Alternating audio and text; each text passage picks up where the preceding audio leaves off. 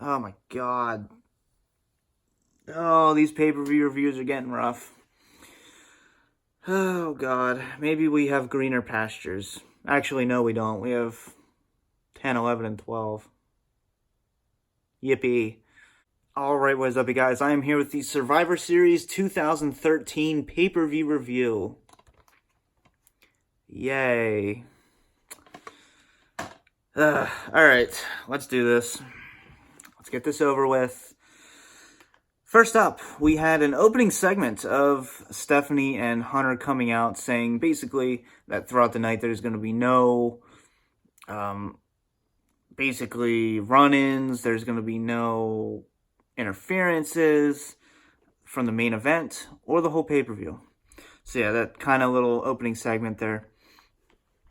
And they also announced this will be starting out with a 5-on-5 elimination match. My favorite type of match. This is always the only match I look forward to in a lot of these PG-era Survivor Series pay-per-views. So we had the Shield and the Real Americans, which was Antonio Cesaro and Jack Swagger, versus Cody Rhodes and Goldust, Rey Mysterio, and the Usos. This went 23 minutes and 23 seconds, and this was a pretty good match. I'd say this is like a solid 3.5-star match, honestly. It's not going to make the whole pay-per-view, but it's not going to break it. It does exactly what it needs to, and then some. But the order of elimination, we had Dean Ambrose eliminated pretty quick by Cody Rhodes, and then Jack Swagger, Cesaro, Jimmy Uso, Cody Rhodes, Jey Russo, Seth Rollins, Goldust, and then the final two was Rey Mysterio and Roman Reigns. So kind of a surprising final two there. I would have thought it would have been, like Cody Rhodes and Roman. We all knew Roman was going to win. Come on. Even back then. But, this was back before everyone hated Roman Reigns. This was back when it was still cool to be a Shield fan. I've never been a Shield fan. Roman was always my least favorite of the group. I was always the Dean Ambrose guy at the time. Mostly because I knew him from, other stuff like CZW and just kind of other independents and, the Jon Moxley, Jonathan Good, whatever you want to call him.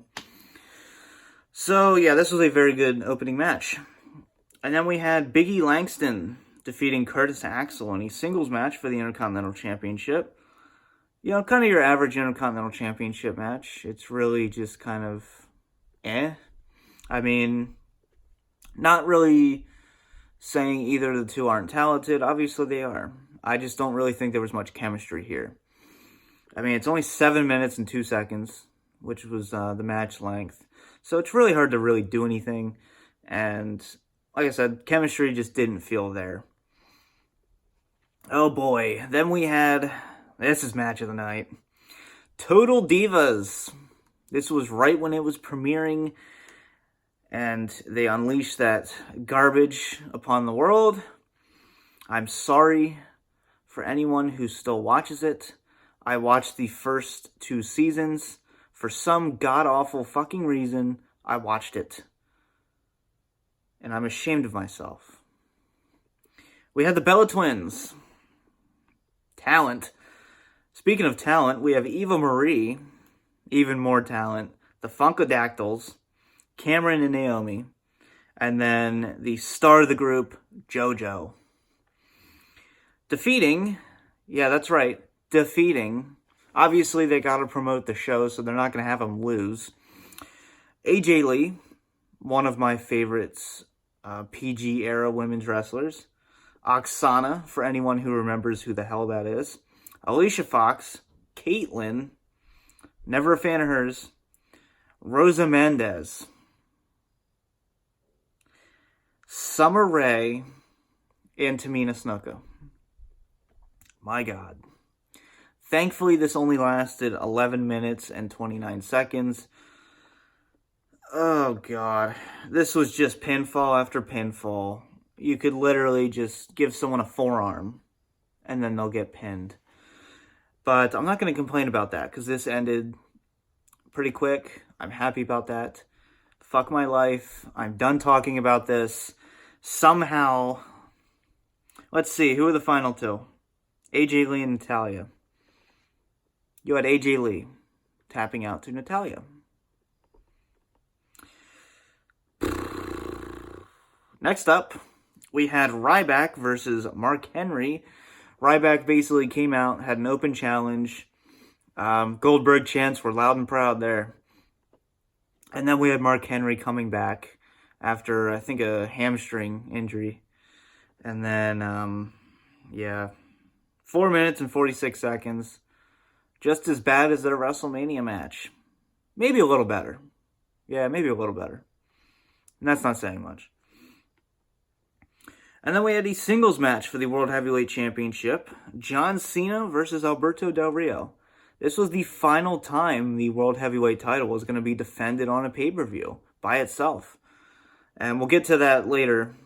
But, this was an average match. 18 minutes and 49 seconds. Del Rio, I think he had talent. John Cena really didn't have to carry him much. They worked together. They really did have chemistry. I think their 2015 match at Hell in a Cell was better. That was actually a good match. But, this was predictable. John Cena winning, of course. Really nothing much to write home about. Just kind of your average, ordinary World Heavyweight Championship match. Doesn't break barriers, but it also doesn't build barriers. That worked, I guess. Yeah, I kind of just created that off the fly. Next up, we had CM Punk and Daniel Bryan versus the Wyatt family. This went 16 minutes and 51 seconds. Good match. They kind of were having this thing where CM Punk was going to be facing off against the Shield at TLC, and then Bryan was going to be facing the Wyatt family. And this was really going into the Wyatt family storyline with Daniel Bryan. And Daniel Bryan was red hot. This was in November. Obviously, he lost the title in August at SummerSlam after winning it against John Cena. And Randy Orton was now your champion. So this was really in the prime of the Yes movement. And still have my foam finger from FYE that I got before WrestleMania 30. Man, good times, good times. Not this pay-per-view, though. This pay-per-view shit. But, yeah, CM Punk and Daniel Bryan versus the Wyatt family. It's definitely good. I think, if anything, you could have just made this an elimination match to kind of go with the Survivor Series feel. And to kind of give it more tension. But, still a solid match. And then we have the all-time greatest main event in Survivor Series history. When you think of a main event, you think of Big Show versus Randy Orton. I want to know, who the fuck decided this would be a good main event for a Big Four pay-per-view? This would not be a good main event for, Battleground. I actually think it was the main event of Battleground. Let me look at that one quick. No, it was Daniel Bryan and Randy Orton, and then Big Show came out and set this shit up. Anyway, this went 11 minutes and 10 seconds, thankfully. Randy Orton gets the win. Blah, frickety blah. Nobody cared about Big Show versus Randy Orton. I honestly don't care about Big Show. I never really have. Nothing against the guy. I just never thought he was that exciting to watch. I'm an Andre the Giant fan. Sue me. So yeah, this was just trash. I'd give it maybe a 1-star main event there. That's exciting.